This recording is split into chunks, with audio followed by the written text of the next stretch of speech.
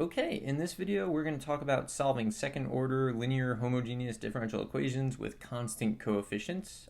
This is the third video. We're going to deal with the third type of situation that can come up. So let's take a look at all the possibilities we could have. So this is the summary. So first our differential equation needs to look like a y double prime plus by prime plus cy is equal to 0. And then we have constant coefficients, so a, b, and c are going to be constants. From that you get a characteristic equation, so that's ar squared plus br plus c equals 0. And then that's a quadratic, and so a quadratic has a discriminant. We can calculate the discriminant, and that tells us kind of the nature of the roots that we're going to get. And if we get a positive discriminant, then we're going to get two distinct real roots, and our solution looks like y equals c1 e to the r1x plus c2 e to the r2x. We could have a discriminant that is 0, in which case we get one root, it's a double root, and so we can't actually use the previous solution. So what we use instead is c1 e to the rx plus c2 x e to the rx. That's a big deal. You don't want to forget that x that's there because it's really important. It's what makes the solution work. And then we could also have a negative discriminant. Negative discriminant means we actually get complex roots for this thing. And so when that happens, we get e to the, so the solution looks like e to the alpha x, and then times c1 cosine of beta x plus c2 sine of beta x. And that just looks insane, but it's not that crazy. So let's see we're going to verify it. Okay, so instead of no, we're not going to verify it. We're going to come up with it. Let's see how it happens. So we start off, we've got our differential equation, right? It's second order because the highest derivative you see is second derivative, and we got constant coefficients. So we'll get our characteristic equation. So you just pull that right off. So it's going to be ar squared br plus c equals 0. We're going to say that we solve this and we end up with these roots. So our roots are going to look like r1 is alpha plus beta I, and then r2 is alpha minus beta I. So those are complex. And what we're going to do is we're just going to say we have two roots and we'll use that solution that we have, right? So it's c1 e to the r1x plus c2 e to the r2x. So let's just substitute into that and see what happens. Because that's really what you do. It's just that you use some other math facts. So substituting right in. So we got this. And we have this, right? So we just plugged in for r1 and r2. Now what we're going to do is use properties of exponents a little bit. So we can write it as c1 e to the alpha times e to the beta ix plus c2 e to the alpha times e to the negative beta ix. So at this point what we do is we see e to the I theta, kind of. And e to the I theta is actually Euler's formula, or we can use Euler's formula on it. E to the I theta is equal to cosine theta plus I sine theta, and that's where this kind of weird looking solution comes from. So what we're going to do is we're going to use that on both e to the beta ix and e to the negative beta ix. So let's do that.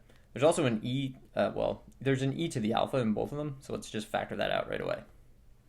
All right, for this, we're left with c1, and then this e to the beta ix, we're going to use Euler's formula on.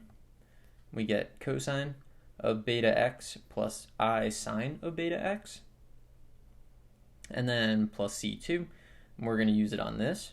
So that's going to give us e to the negative beta x plus I sine of negative beta x. And everything's good so far. So what we're going to do now is we're actually going to use two facts. So cosine's an even function, which means cosine of negative x equals the cosine of x.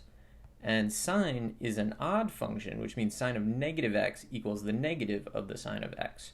So we're going to use that to deal with this negative beta x situation that we have.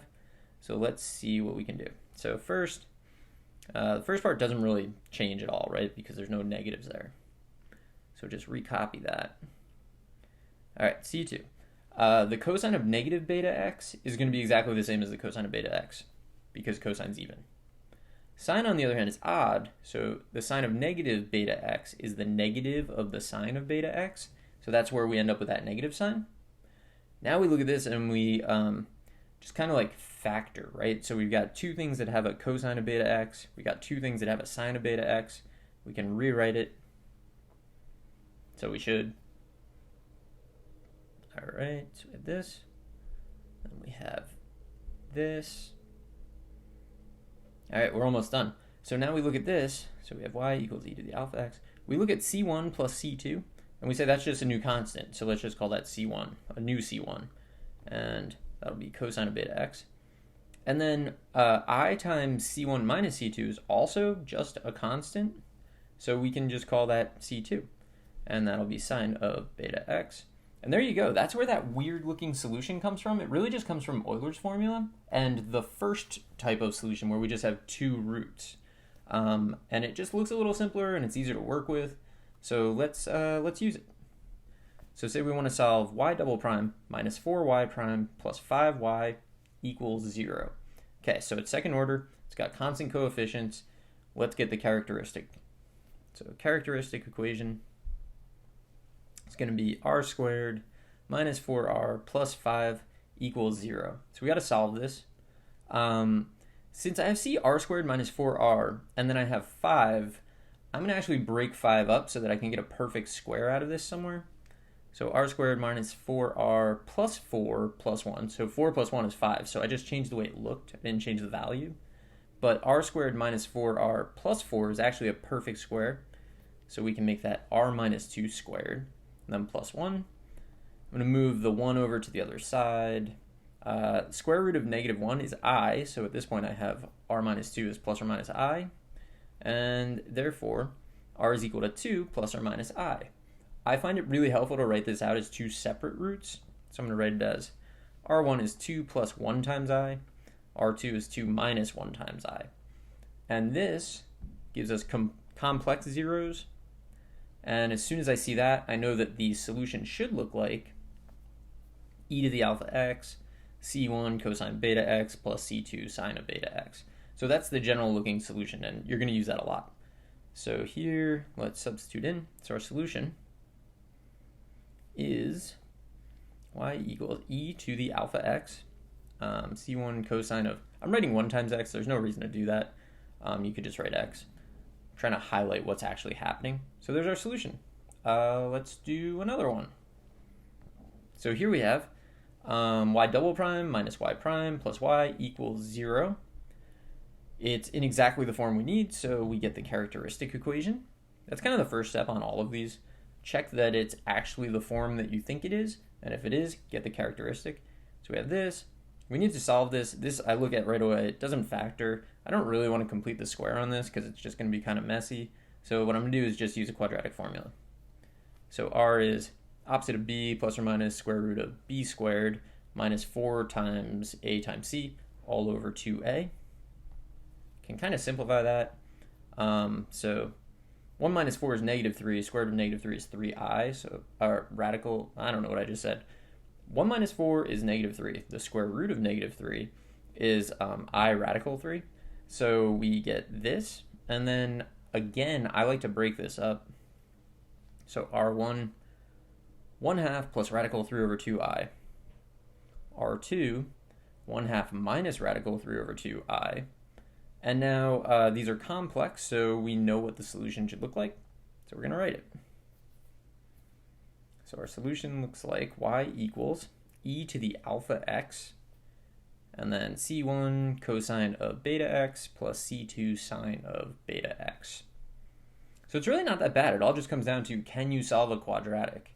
And hopefully you can do that. So you can complete the square, you can factor, you can use the quadratic formula, take your pick, whichever you prefer. Let's take a look at one more. So we want to solve 9y double prime minus 6y prime plus y equals 0. All right, it looks like it should, so let's get the characteristic equation. We have this, so it's 9r squared minus 6r plus 1 equals 0. I look at that and I think I could actually just factor that. That's a perfect square. That's actually just 3r minus 1 squared, which means that r equals 1/3 is the only root, it's a double root. So we have a double root. So this is a different solution, but I remember what this solution looks like.